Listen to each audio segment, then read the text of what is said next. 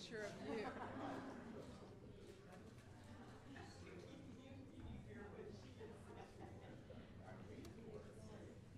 All right. Well, thank you all so much for being here. I want to thank all of our colleagues who are joining us in introducing this really important bill today, and I want to thank Senator Schumer and Leader Pelosi for supporting us and being a part of this.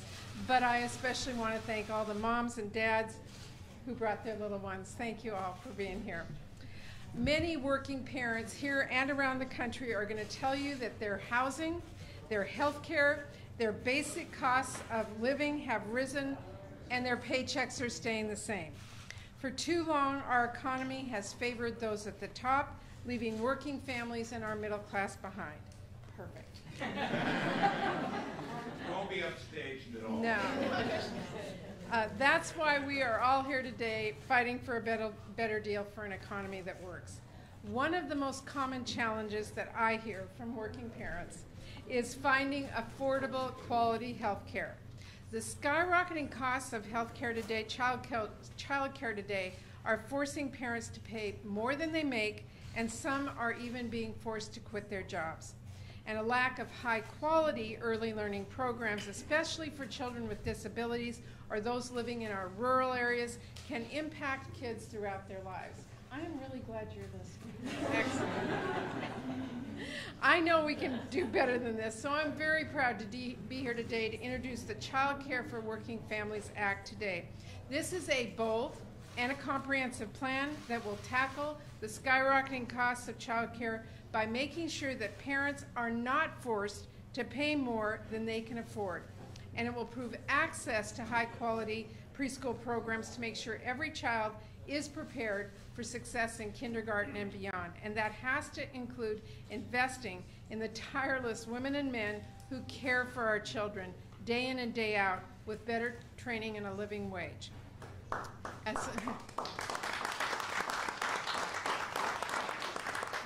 As many of you may know, my very first taste of politics was advocating for early childhood education in my home state of Washington. When my kids were very young, about this age, I found out that my state legislature wanted to shut down the preschool program they were enrolled in because of budget cuts. So I bundled my kids in a car, drove 100 miles to our state capitol with them in the back to talk to legislators about why this preschool program was worth saving. It wasn't easy. I was told I couldn't make a difference because I was just a mom in tennis shoes. But we organized parents. We worked hard because it was the right thing, the right cause, and we were able to convince our state legislature to keep that program. I later went on to teach in that same preschool program, so I know how critical development during the first few years is for making sure our kids are prepared as the next generation to succeed in school and beyond. And I am ready to keep that work on now to make that a reality, and I'm very happy to have so many people here by my side. This bill is not only the right thing to do for working families and the economy, it is a smart investment in our children and in their future. So I'm delighted to be here today to introduce this, and I will turn it over to my friend who's been a partner on all these issues, Representative Bobby Scott. Thank you. Thank you. Thank you, Senator Murray, and thank everyone for being here today. There's already a bipartisan consensus that our nation's children must be able to access affordable, high-quality child care and other early learning opportunities in order to fulfill their potential and succeed in college and career. In fact, a recent poll done by the First 5 Years Fund found that 89% of voters, including 82% of Republicans, support making quality early childhood education more affordable for working families. Currently, the average annual cost for child care in my state of Virginia is higher than the cost to attend higher education. Sadly, Virginia is not unique. It's one of 33 states in which child care costs more than college. In Virginia and elsewhere, lower middle-income families are forced to pay as much as 30% of their annual income on child care, and many of the lowest income families are just unable to afford child care at all. This is why I'm pleased to join Senator Murray, Leader Pelosi, Leader Schumer, and my other colleagues here to introduce the Child Care for Working Families Act. Child Care for Working Families Act is a bold solution to fix this national problem. The bill will guarantee universal access to quality early childhood programs for all families making less than 130% of the state's median income. For other working families, the legislation would mean that no family of four with an annual income below $139,000 a year would pay more than 7% of that income for quality child care. This legislation would also ensure that early learning teachers and caregivers finally get the time, attention, training, and resources they deserve. Whether child care, preschool, pre-kindergarten, or other learning environment, every child should receive quality care. Parents deserve peace of mind that comes with the confidence of knowing that child care and early learning professionals are well-trained and well-paid. And so no longer should a full-time early learning professional have to enroll in public assistance in order to make ends meet. Decades of research has shown that properly nurturing children in the early years of life is instrumental in supporting enhanced brain development, cognitive functioning, and emotional and physical health. Research shows that quality early learning helps prevent and mitigate academic achievement gaps, provides indisputable long-term benefits to our nation, such as better education, stronger earnings, and lower crime rates. Treasury, the Treasury also benefits because studies have shown that $7 in economic benefits are achieved for every dollar invested in child care. This bill is not only the right thing to do, but as Senator Murray said, it's the smart thing to do. The Child Care for Working Families Act lays out a path for what early learning in America should look like. If we want parents to work, if we want our children to have a better future, if we want strong and stable families, we must ensure that all families have access to quality early learning opportunities. Quality child care is a national priority, and that's why I'm proud to be introducing this bill today. It is now my pleasure to introduce the distinguished senator from Pennsylvania, a strong supporter of children and families, Senator Bob Casey. Thank you. Thank you very much. Like all of us, we're honored to be here, especially with some special guests. This is a day to talk about children, of course, but also to talk about their parents. And when we focus on the child, of course, we want every child to be able to be given the opportunity to learn more when they're very young and to earn more when they're in our workforce. One of the most important ways to do that is to make sure that every opportunity for child care is also an opportunity to learn. That's why we often refer to it not just as quality child care, but circumstances and settings where there's early care and early learning at the same time. We've got to make that investment. The only way that can happen is if parents can afford it. You heard from Senator Murray and Representative Scott about the cost, that this can cost more than a college tuition at a four-year public institution. So here's what we're aiming to do. Here's the basic goal. We want to make sure that no family under 150% of the state median income pays more than 7% of their income on child care. Give you an example, in Pennsylvania, the median household income is $53,000, $599, right? Do the math. A family could be making over $80,000 in benefit from this legislation. This is the right thing to do for the child. This is the right thing to do for their parents. It's the right thing to do to continue to raise wages, build the middle class for that parent, but also for the child in the future. So in the interest of time, it is my honor to introduce the Democratic leader in the Senate, Chuck Schumer. Thank you, Bobby. Thank you, Bobby Casey. I would first like to announce that I'm in love with Alice. Isn't that a song, I'm in love with Alice?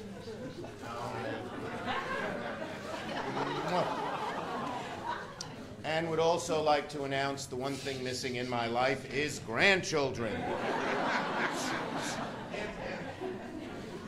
Hear that, Jessica and Shappy? Okay, great to be here. I want to thank Senator Murray and Congressman Scott for their great leadership in developing this plan. We knew when Nancy and I knew when we were working on the better deal with all of our friends, we needed something good on child care. We couldn't quite figure out the best thing to do.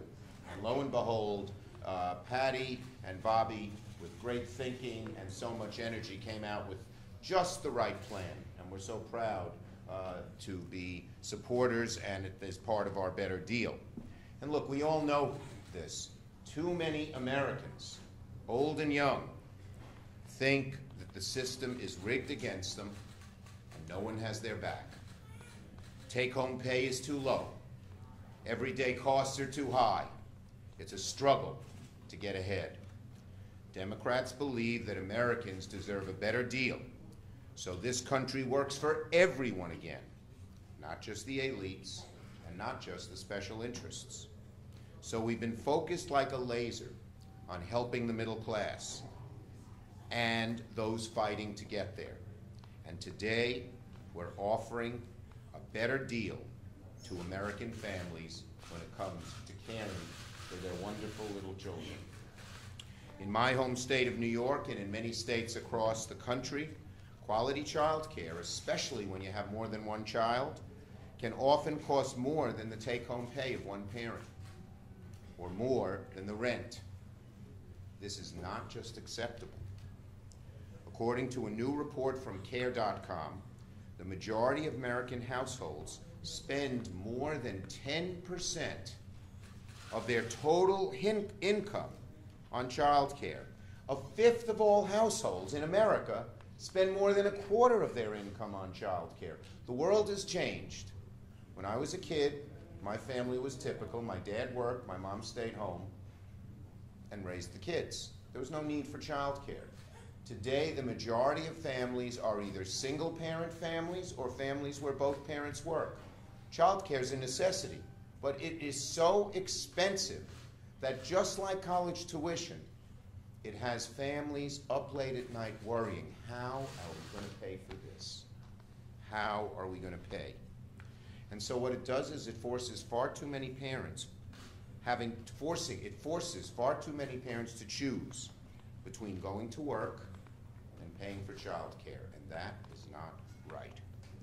American families shouldn't have to break the bank, sacrifice their careers, or forfeit savings for the future so their kids can have access to high-quality learning and care that will put them on a path to success.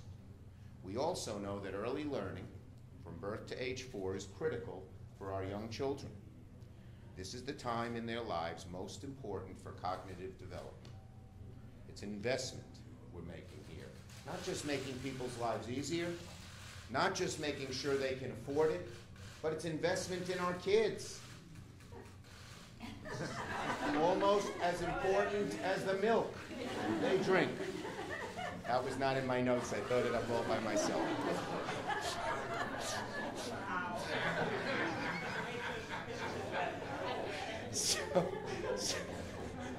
So instead of helping the 1% in this country with a new child care tax cut, as some in the Trump administration are pushing, Democrats are offering a better deal on the high cost of child care for working families, families in the middle, and those trying to get to the middle, who need it the most. First, we're offering a better deal for American families so that no family under 150% of state median income pays more than 7% of their income on child care. Second, we're going to double the number of children eligible for child care assistance in America. And third, we'll increase pay for child care professionals who care for our children. Finally, we'll ensure that low and moderate income 3- and 4-year-olds have access to high-quality pre-K to help prepare them for success in kindergarten and beyond. So whether it's by making child care more affordable, cracking down on monopolies, creating millions of good-paying jobs through infrastructure, raising wages, or fighting back against corporations that outsource American jobs and countries that manipulate trade laws, Democrats are committed to a better deal for middle-class Americans, not the special interests, not the 1%, because we want to help those in the middle and those trying to get to the middle to get ahead. Leader Pelosi.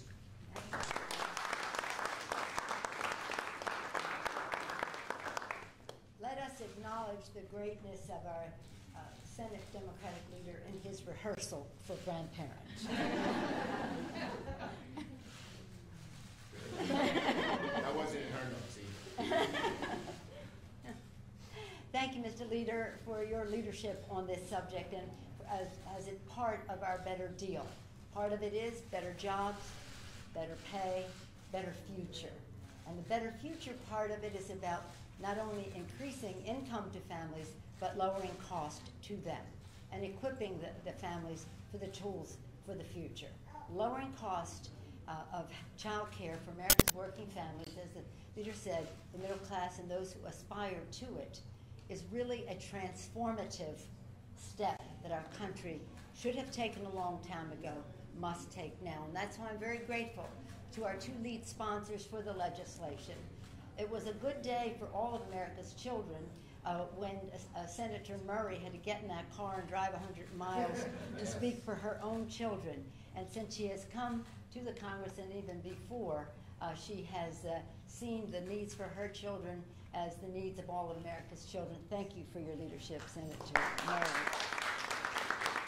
And Bobby Scott has served leads a committee in the House on the Democratic side that has been committed to these issues under the leadership of George Miller. Before him, it's always been about the children.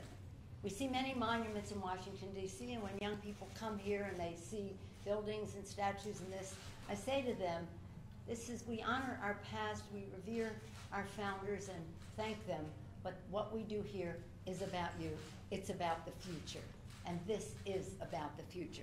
Our colleagues have already said, Senator Casey and other speakers have already talked about provisions in the legislation, and I just want to associate myself with some of them because this is about, as I said, lowering cost. It's about quality affordable child care. I emphasize the quality piece of that because it recognizes the role of child care and early education workers in that quality piece. And again, as was said, increases the wages and training of the workers. So that is really an important part of this legislation, in addition to its affordability, its quality. We view this as children learning, parents earning. This is the liberating part of it, and I'm so glad that Jessica Hansen from Moms Rising is here because they have had that theme, and Ingrid Henlon is here. They are our VIPs, and we'll hear from them, and they will be introduced appropriately. But I want to thank them for taking the time and telling their stories and how this is so important. So again, it's part of a better deal, And what better deal could we have that is one that is children-focused, that is family, strengthens family, that improves the quality and affordability of child care. As a grandmother of 9, I appreciate this because it's not just about the care and feeding. It's about the vocabulary, the difference in vocabulary of children who have early childhood education and early child care and how it prepares them for the future. As I said, our special guests will be introduced, and to introduce one of them, it is my privilege to bring to the podium a champion for America's children, a champion for America's working families, and she's going to introduce a guest from Minnesota, and there's a reason for that, because she is, believe it or not, the senior senator from Minnesota, a great leader in helping America's children, Senator Amy Klobuchar. Thank you so much, Nancy. Alice, little Alice over there, welcome to Wonderland. You'll see maybe some Mad Hatters in the hallway, things like that. And I've never seen a child do so well through all these politicians. It just takes a little bananas and a tie. It is my honor to be here for this really important bill. My colleague, Senator Franken, is actually going to follow me and then introduce Jessica Hanza, who is from my hometown of Plymouth. And she is right over there, right? Has a 1-year-old and a 4-year-old, would like to have a third child, but not sure if she can afford it. And that is actually a decision that many American families make every single day. And we don't think that's the decision they should be making. The issue for me is that Jessica actually lives in Plymouth where I grew up. And I was thinking back standing here about what that was like. In 1960, my mom was a teacher, like Jessica, pregnant with me, and the schools made her quit, actually. You could only teach until you were 3 or 4 months pregnant, and then you were required to leave.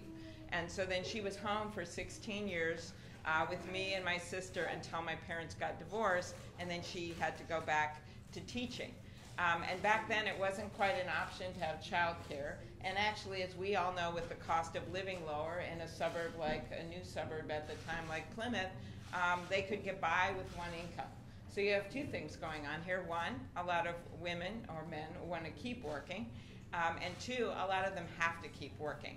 And so that's why I see this as when you look at the time and the fact that our laws were set up back at a time for when my mom had me in 1960, and you look at how far we've come, but yet our laws really haven't changed. And we have to get up with the modern times here and realize how expensive it is for families to pay for child care. So I just want to thank Patty Murray and Bob Casey and Representative Scott for taking on this important bill. I'm proud to be a co-sponsor. And I know if my mom's looking down right now thinking you over there, Jessica, that we can make this better. So thank you very much. And with that, I introduce my colleague, Senator Al Franken. Thanks.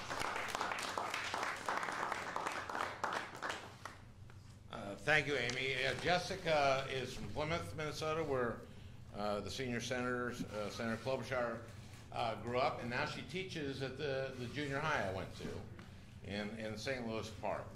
I am so proud to be introducing her. I'm also proud to be here in support of the Child Care for Working Families Act. I've been a big supporter always of investing in early childhood programs because it simply is common sense. There's been some discussion of this, what the benefits of quality early childhood education is. We know that you see the achievement gaps already there by the time kids get to kindergarten. Here's the data. Here's what the data is on it.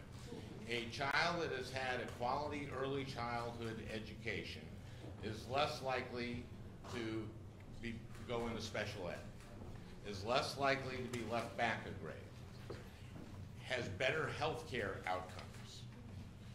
The girls are less likely to get pregnant in adolescence. They are more likely to graduate from high school. They are more likely to go to college. They're more likely to get a good job. And they are less likely to go to prison. This is why early childhood education makes so much sense.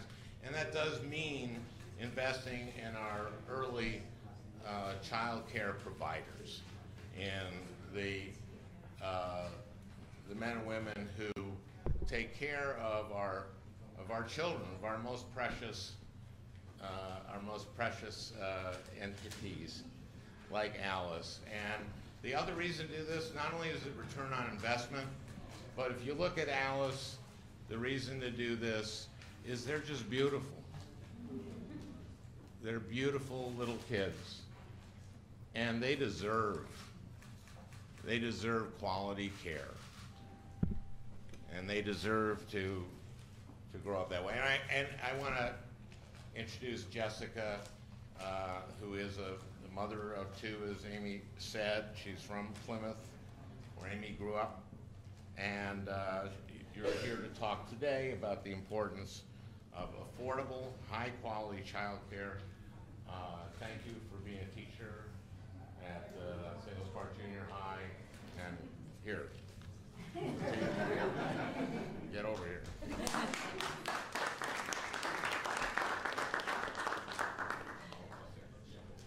Thank you. Good afternoon. My name is Jessica Hanza, and I'm a middle school teacher from the suburbs of Minneapolis, a mother of 2 young boys, and a proud member of Moms Rising. My husband and I, like so many other families, have struggled to find affordable, quality child care for our kids. We tried to be financially responsible. We waited till we were in our 30s to have children. We built up savings. And despite numerous advantages and support of our families, when my first son, Abe, was born, we realized just how difficult it was to find child care. We started searching for in-home providers. We thought this was our best option given that infant care, in particular at in-home centers, is less expensive. But we called more than 100 different providers and not a single one had any availability. Or they were concerned they'd be unable to properly care for my son who was in leg braces at the time. So we gave that up and started looking at child care centers. After months of searching, our son finally secured a spot somewhere, but 9 months at the center would cost $18,000. We were shocked. My husband and I are both teachers, and while we live comfortably, we don't make a lot of money. We wanted to grow our family, but calculated that it would be best to wait 3 years to have another child, because by then Abe's rate would be lower. Instead, the center's rate increased by $20 a week, 3 different times over the course of actually less than 2 years. When we eventually did have our second child, we were able to secure him a spot in a small independent child care center that we adore. Abe was eventually able to secure a spot alongside his brother, but we're still paying almost $24,000 a year in child care costs. And that's just during the school year. It would cost even more to keep them over the summer. We're withdrawing as much as $5,000 a year from our savings to help cover the costs. We've always planned to have a 3rd child, but in order to do so, we're going to have to postpone any saving or spending that isn't immediately essential. As a family, we've been lucky, hardworking, and economical. We rarely take vacations, we buy our clothes at secondhand stores, and yet we can barely make it work. When you're a parent, your children are your whole world, and you want them to have every opportunity to learn and grow. But too many families today lack access to high-quality, affordable care options. As a teacher, I see how the lack of high-quality early learning can impact kids later in their lives, and our kids can't wait. The Child Care for Working Families Act would help millions of parents and caregivers struggling to make early learning work for their families. It would give children the chance to learn and grow. It would give parents peace of mind knowing that their children are in safe and enriching environments while they're at work. This legislation would help strengthen the workforce, making sure that teachers are well compensated and able to care for our families as well as their own. All of this would lift up our families and local economies. And thank you so much, Senator Murray, Senator Casey, Representative Scott, and Representative Pelosi for showing such strong leadership on this issue and helping our families learn and grow. Thank you.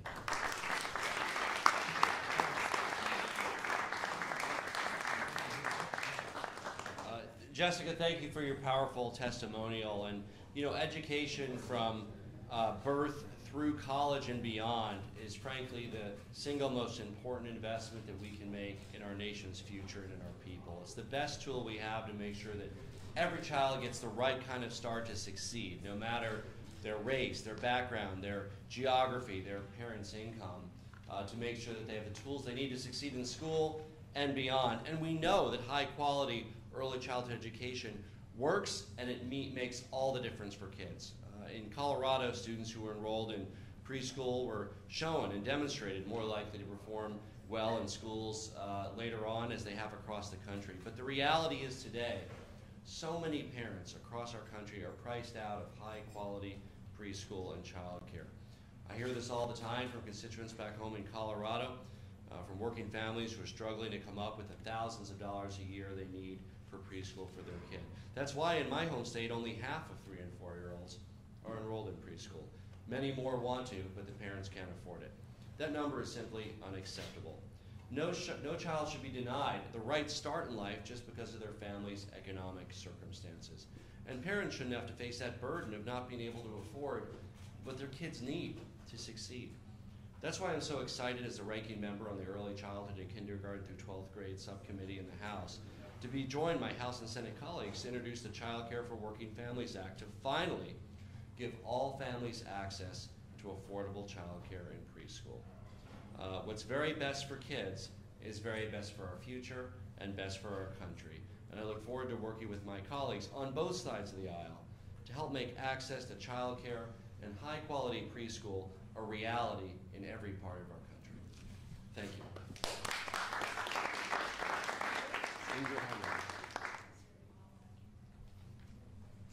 Good afternoon. I'm Ingrid Henlin, and I'm a head teacher at Mount Olive Child Development in Hartford, Connecticut. In the past 26 years, I've had the privilege of teaching and nurturing children from the ages of 18 months to 5 years old. I currently oversee a group of 7 teachers and 24 toddlers at the center that I work at. The work is exhausting, sometimes frustrating, but always rewarding. I love what I do. It is a passion of mine since I was young. I enjoy educating our nation's future leaders. As small as they come in, they eventually grow up, and I get the opportunity after 26 years of seeing those students come back into the center with their kids, and I get to teach and nurture their kids, so it's always an honor to do that. The parents trust me with their children each day, and I cherish that responsibility. So why do I travel from New Britain, Connecticut to come here today? I came because our child care system is broken, and teachers like myself have a unique perspective to share on being on the front line of this crisis. It is an honor to be here representing families, children, and child care workers across the country and in Connecticut. Despite my education and my years of service, at our center at the moment, we have not been able to have a raise in the past 10 years, which is affecting everyone at the center. In fact, I've started taking a part-time job. When I leave my job at 4:30, 4 o'clock, 4:30, I head to another job at 5 o'clock to 9 o'clock as a home care provider, which I make $11 an hour. I work basically 6 days a week throughout the 7 days a week. Sunday is my rest day. But I do that because I cannot make ends meet with the funds that I am making as a head teacher and with a bachelor's degree in human services and an associate in early childhood. My life revolves about caring for others, children, and seniors, yet I cannot barely make it myself. As Jessica shared, I shop in the clearance section. I can't afford to go into full price, so we tend to try to make ends meet any way which way we can save, because we know the economy is not working for us. In Connecticut, the child care situation is in dire. Funding for essential program is being slashed. Care for Kids, the programs which help low-income parents afford child care, has been closed for the next 2 years. A lot of the parents have shared, they come in, can I apply for Care for Kids? And you have to tell them it's closed until 2018. How do they afford this? Some of them are working 2 jobs. I see parents come in, pick up their kids at 3 o'clock, grab them, snatch them, and running to the next job. So that means they're going to somebody else to care for. This affects the children emotionally. They don't have that connection with their parents. So the parents are struggling, the teachers are struggling. Right now in Connecticut, there's a 5,000 waiting list, people that are waiting to get on Care for Kids to 2018. New parents will not be able to get child care, and we see the struggle there. They can't go to work because they don't have quality care to leave their children there. And when child care centers like mine don't have the resources to support this workforce, our pay remains frozen year after year, and we cannot even support our own families. Too often I see passionate and talented colleagues leave child care because they simply cannot afford how they live. I just had one of my teachers leave me to go work with the Department of Children and Services. She was an awesome toddler teacher, and we just lost one of the best teachers there, and I see it throughout the years as they leave us. But there is a path forward for us. Child care teachers like myself are professionals, and we want a seat at the table in order to control our own destiny. We want to come together in unions to unite parents, center directors, and child care providers to advance causes and policies that help families afford high-quality care, raise standards, and stabilize the child care workforce with good pay. After standing still for too long, the Child Care Work for Families Act will help us take a gigantic step on a path towards the child care system we deserve. This bill will raise standards, cap parents' child expenses at 7% of income, and improve wages and training opportunities for child care teachers. Right now in the state of Connecticut, they're requiring that teachers have a bachelor's degree to be a teacher in child care. We cannot afford going back to school. Right now I'm paying back Eastern for my student loan that I took out to finish school. We're just asking that we are respected enough to be paid enough. I look at my job as the teachers that are the first teachers. I don't knock elementary teachers, but if you think about it, we get them at 18 months and they're barely talking, they're barely standing on their own, and we get to nurture them and nature them, you know, and get them ready for the elementary school. So we take our job very seriously. The Child Care Work Family Act also shows that child care teachers will, like myself, will matter. We're worthy of the investment. I'd like to say thank you to Senator Murray and Congressman Scott for introducing the bill, and everyone else that is standing beside us, in front of us, everywhere. Just thank you for everything that you've put forth. And as child care workers, we will no longer be quiet. We'll be speaking up for what we want and what we deserve. Thank you.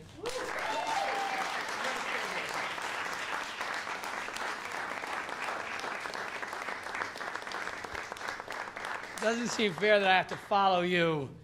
Good afternoon. I'm David Cicilline, Congressman from Rhode Island, and I'm really delighted to be here with so many great champions for working families, and fortunately for all of you, I'm the last speaker at this conference. President Kennedy once said that children are the world's most valuable resource and its best hope for the future. But that's only true if we help families provide every child the care and attention they need to thrive.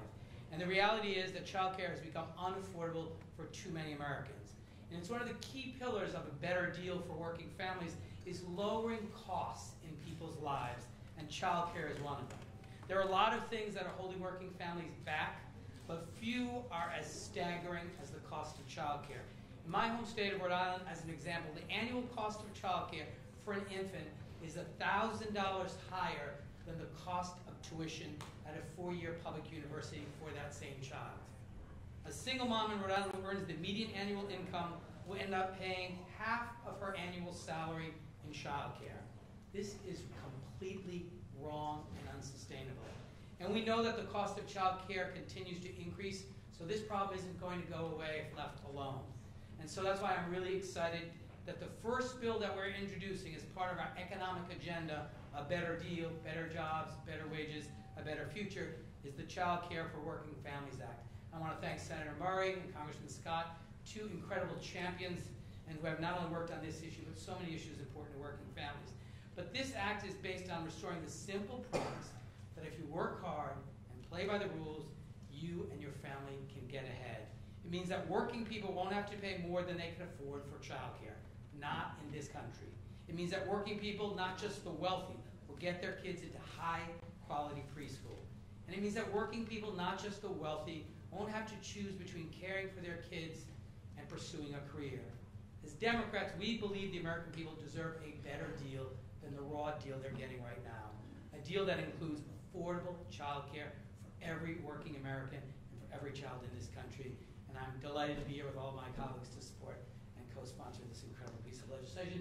And with that, I'll turn it back over to the lead sponsor to answer all your hard questions. Thank you. My colleagues apparently have other assignments. If there are any questions, we'd like to respond to questions, but we should have a fact sheet somewhere. Do you have a fact sheet? Yes, where is it? it's sent out. Right? It's been emailed out. Okay, everybody has an email. And if you didn't get one, you can seek here and get details of what's in the bill. And so I want to thank everyone for coming.